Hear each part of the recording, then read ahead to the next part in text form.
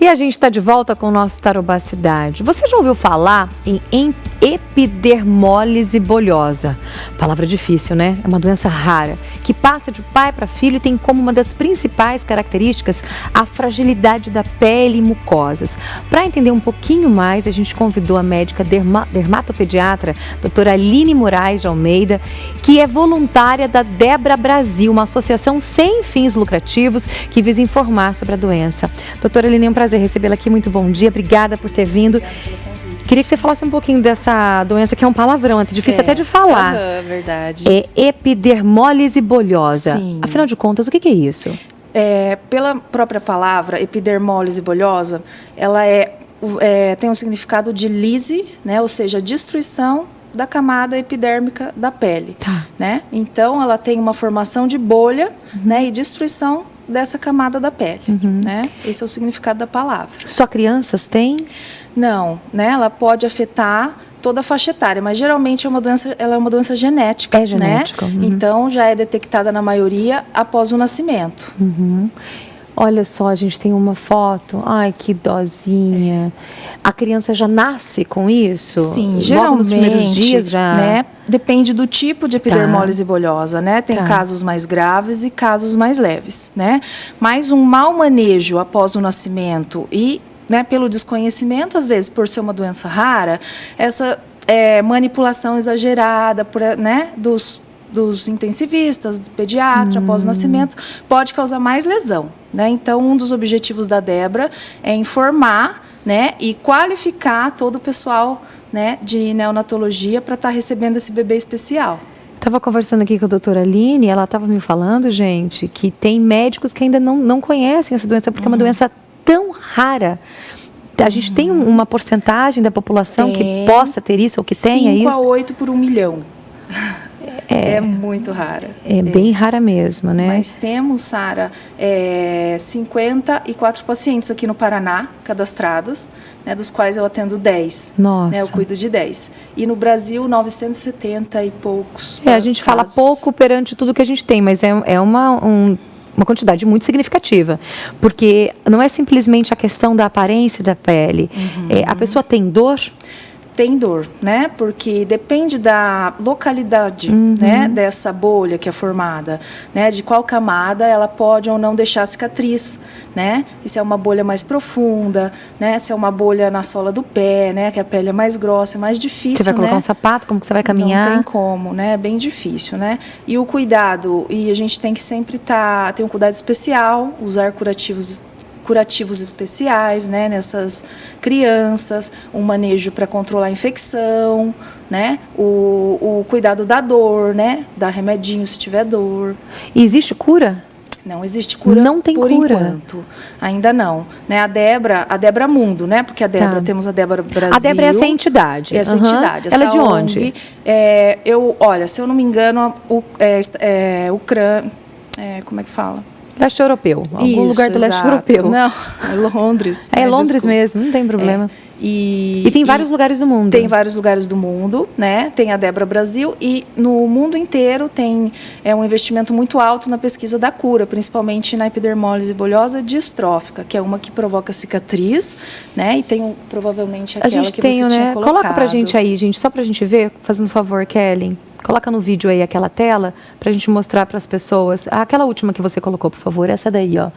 Essa aí tá falando da Debra Brasil, né? Assim é como se sentem aqueles que vivem com EB, assim que fala. EB, isso. Olha, gente. Que são as crianças borboleta, né? Por causa da pele tão sensível como umas asinhas das borboletas. Por isso, borboleta? Isso, são chamadas crianças borboleta, né? E essas crianças, pela sensibilidade e a fragilidade da pele que elas têm, com qualquer atrito, às vezes um brinquedo, um roce, a mãe pegar no colo pode causar uma lesão na pele, formação gente, eu não consigo bolha. Nem imaginar. A gente que é mãe, né? A gente que cuidado com... vai assar o bumbum do nenê. A gente já fica preocupado com tanta coisa, assim, do dia a dia, da rotina. Imagina você pegar um bebê com essa doença rara. E ela comete mais sexo masculino, feminino ou não tem isso? Não tem de sexo masculino e feminino, tá? Ela é transmitida, ela é genética, Tá. né? Uma doença não genética. É contagiosa? Não é contagiosa. Okay. Então, dos objetivos da Débora, né, e todas as associações de epidermólise bulhosa é desestigmatizar, ou seja, tirar esse preconceito, né? Porque você imagina as crianças, os pais... Não, gente, eu imagino o sofrimento de famílias, crianças que tenham DB, né? EB, que tenham EB. Por quê? Primeiro, a questão que você se assusta com tudo aquilo, até você se acostumar. Depois a questão da dor, né? Então, dói para, de repente, colocar uma roupa, dói para brincar, para andar. E a outra questão, que é a questão do preconceito. A criança vai crescer, é um bebê, mas vai crescer, ela vai para a escola, e como que ela vai fazer isso? E como as pessoas na rua vão lidar? E daí é o preconceito que a criança sofre, que os pais também sentem na pele, literalmente, né? Exatamente. Exatamente. Imagina as pessoas não chegarem perto do seu filho com medo. E ela não é contagiosa. De pegar a doença, não é contagiosa, né? E então esse é um dos objetivos, né? De informação aos pais, do cuidado, né? Como tem que ter essa criança. Até, né, a última foto que você pôs da borboletinha, aquela borboletinha é um dos símbolos do kit borboletinha que a Débora oferece ao detectar um bebezinho no Brasil com essa doença, né? É notificada a associação e ela faz como monta esse kit, que são com curativos especiais, hidratantes, tudo para ter o manejo correto, né, da doença logo ao nascimento, mais gráficos, panfletos, né, com informação da doença para a família, né? Que chega assim... O que está acontecendo? O que aconteceu? E também nós que somos os voluntários, os médicos, enfermeiros, psicólogos, né, que temos todo o grupo de voluntários no Brasil, que vamos quem estiver na região, né? A gente vai dar essa assistência na maternidade. Eu tenho tanta pergunta para fazer para você, mas tem gente já querendo fazer pergunta. Vamos ver aqui no vídeo? Coloca para a gente. Tem pergunta pelo WhatsApp que você pode enviar pelo 3315-1313. A Clara Muniz perguntou o seguinte: e pode desenvolver essa doença depois de adulto e como conviver com essa situação? Tem algum remédio? Eu acho que ela quer dizer, eu ia te perguntar exatamente isso. Você falou que cura não tem, mas a Clara está querendo saber se existe algum paliativo, algo para amenizar, que vá de repente não curar completamente, mas aliviar a dor, aliviar a aparência da doença. Tem sim. Tem sim, né? Geralmente a gente faz o uso de curativos especiais, que geralmente são de alto custo, tá? Eu imagino. Né? Então, muitas vezes tem que entrar com o Ministério Público, tudo isso. E são curativos que eles diminuem, né, a secreção de pus, né, evitam infecção, eles fazem como uma capa protetora nessa pele lesionada de bolha, né? Então, por isso o uso desses curativos, né? Geralmente, o que ela perguntou, se, né, na idade adulta pode desenvolver, a epidermólise bulhosa, geralmente essa que a gente está falando, é que a genética que vem desde o nascimento, tá? E se manifesta desde a primeira infância em diferentes gravidades. Mas existe a epidermólise bulhosa adquirida também, que pode se desenvolver em qualquer etapa da vida, roleta russa. Não acredito. Né? É autoimune? Exato, o corpo, né, faz uma reação autoimune e podemos ter a epidermólise bulhosa adquirida, né?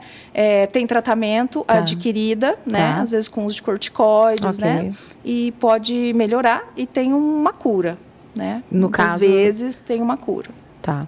E esse no caso da genética mesmo, que a gente está falando, existe algo que dá para ser feito? Tem sido feitos estudos para tentar achar uma cura disso? Sim, foram, assim, nos últimos anos, gastos pela Débora 6 milhões de libras, né, em pesquisas. Principalmente para epidermólise bulhosa distrófica e juncional, que são as formas mais graves, né? Então, tem sido feita o transplante de células tronco, né? Que já tem 2 crianças aqui no Brasil que fizeram. Né? Só que temos, assim, diferentes respostas. Podemos responder bem, ter uma melhora na doença, uma não melhora na doença, às vezes um óbito. Então, né? 1/3 de cada um. Temos terapia genética também, que está sendo assim o mais avançado hoje em dia, em que é feita uma modificação genética no gene, né, defeituoso, né, da formação do colágeno da pele, né, e depois é inserido nessa criança. Então tem um estímulo de formação de um colágeno sem ser mutado, né, sem estar doente.